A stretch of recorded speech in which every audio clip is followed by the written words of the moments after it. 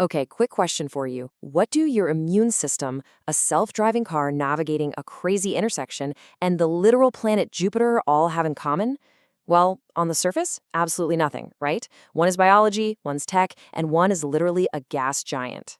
But if you strip away all those outer layers and look really closely at the underlying blueprint of how they operate, process information, and ultimately survive, you'll actually find they're practically identical. And the reason for that lies in what we call a unified natural system architecture. It doesn't matter if we're looking at biology, cutting-edge technology, or massive planetary systems, because they all share this singular, universal meta-pattern of coherence and governance. Seriously, this isn't just some poetic metaphor.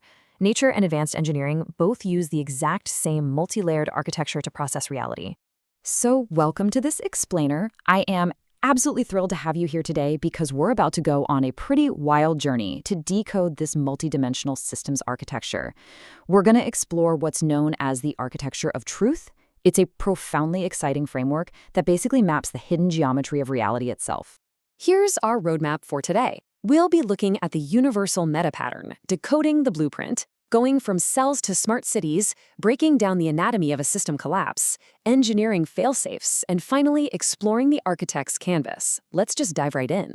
Part 1, the universal meta-pattern, or discovering the hidden Rosetta Stone. Before we get into how biology, ecology, and tech are connected, we really need to define the central governing force of literally any complex system.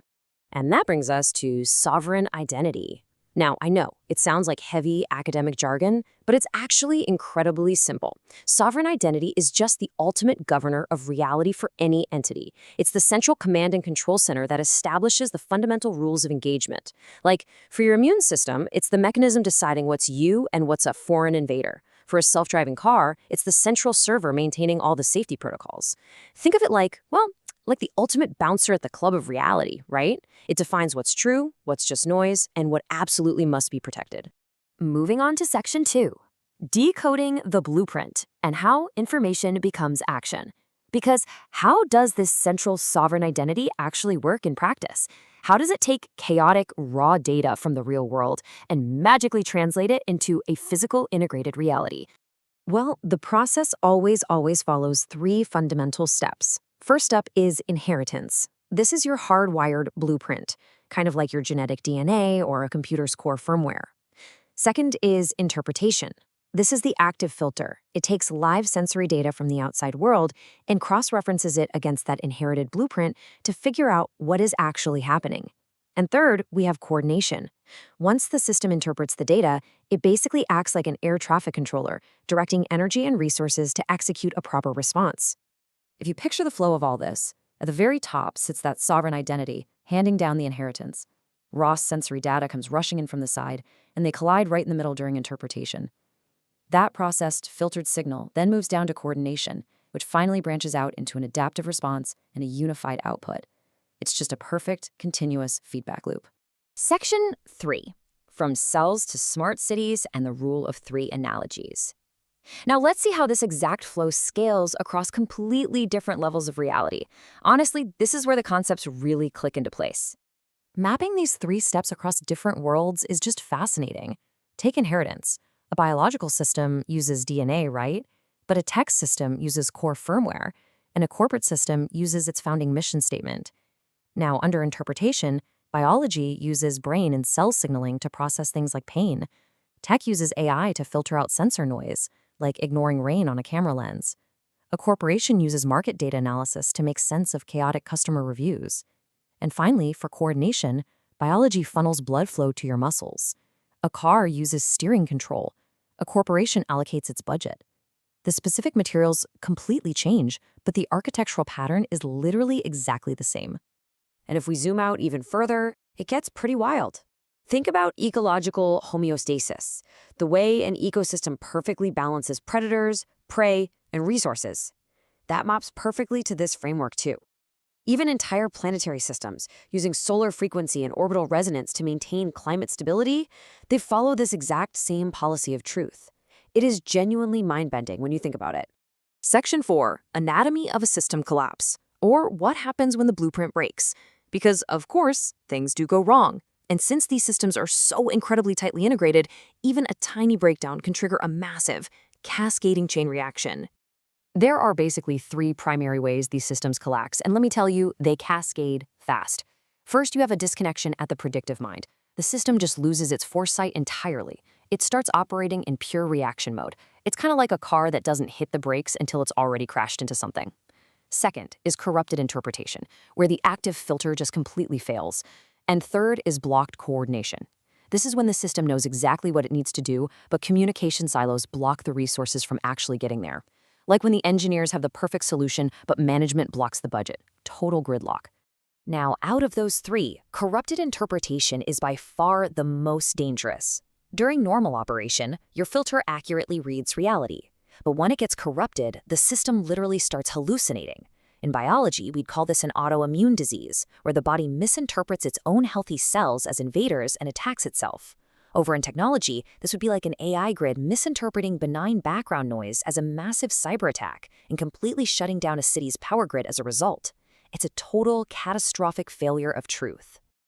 Which brings us to Section 5, engineering failsafes and nature's redundancy. So how do we actually prevent that kind of total collapse? Well, both natural evolution and some incredibly brilliant human engineers have figured out ways to build clever redundancies right into these architectures. Fortunately, we have three main built-in protections. First is distributed control. Just like the human brain has two hemispheres, distributed server networks use consensus algorithms so that no single server ever dictates the truth on its own. Second is sensor validation. You never just rely on one stream of data. Self-driving cars, for example, overlap their camera feeds with LiDAR and radar. That way, if one sensor is blinded by thick fog, the others can still see. And third, we have fail-silent defaults. If your body goes through extreme trauma, you faint, forcing you to the ground so your heart can more easily pump blood to your brain. Similarly, if a train car disconnects, the sudden lack of air pressure forces massive springs to automatically slam the brakes shut. It's pretty genius. Section 6. The Architect's Canvas, Building Your Own System. We've covered the hardcore science, the tech, and the massive planetary scales. Now, let's bring it all back down to you. How can you actually apply this universal blueprint to your own creative processes, your businesses, or just your day-to-day life? A brilliant, practical application of this is Jonathan Shane's paper and plaster creation system. It basically takes that lightning bolt aha moment and structures it through a step-by-step pipeline of execution. It starts at formation and identification. That's laying down your inherited blueprint. Then it moves steadily into coordination and utilization, filtering out all the noise and deliberately gathering your resources. And finally, it builds up to edification and revelation. That is your unified output. It's that profound moment when your idea actually becomes a physical, integrated reality in the world. To actually run that creation system successfully, Shane outlines three stabilizing centers, collectively known as the fiducia central. The first of these is the clock center. This one is all about balancing your state of mind with your state of being. Basically, it's finding that harmony between having the foresight to plan for tomorrow while keeping the grounded presence to take action right now, today. Next up is the temporal center. You can think of this as a threshold. It's the crucial junction between your past inheritance and your future adaptation. It's exactly where you reconcile the blueprint of what has been with the adaptive response of what will be. This ensures you don't lose your core identity as you grow, scale, and evolve. And the third final pillar is the cosmic center. This one is all about anchoring yourself in constancy. Whenever you're building a highly complex project or just navigating a really chaotic environment, you absolutely need a foundational structure, something that provides stable, reliable energy without constantly interfering with your day-to-day operations. Sort of like the deep keel on a sailboat, keeping you perfectly upright even when the surface waters get super choppy. And really, this brings our whole journey completely full circle, because human creativity, corporate strategy, personal growth, none of these things are separate from nature. They're all just different manifestations of this exact same sovereign framework. When you build with clear inheritance, highly accurate interpretation, and intensely focused coordination, you are literally aligning yourself with the exact same forces that build complex ecosystems and power the stars. So I want to leave you with this one provocation to chew on. How are you going to build your own creation system? Now that you've seen this universal blueprint, this incredible meta pattern governing everything from your immune system to the cosmos, where are you going to apply it? Are you going to use it to debug a failing project, to structure a brand new business, or maybe just to better understand yourself? The architecture is right there, waiting for you to use it. Thank you so much for hanging out with me on this explainer. Keep learning, keep building, and I will see you next time.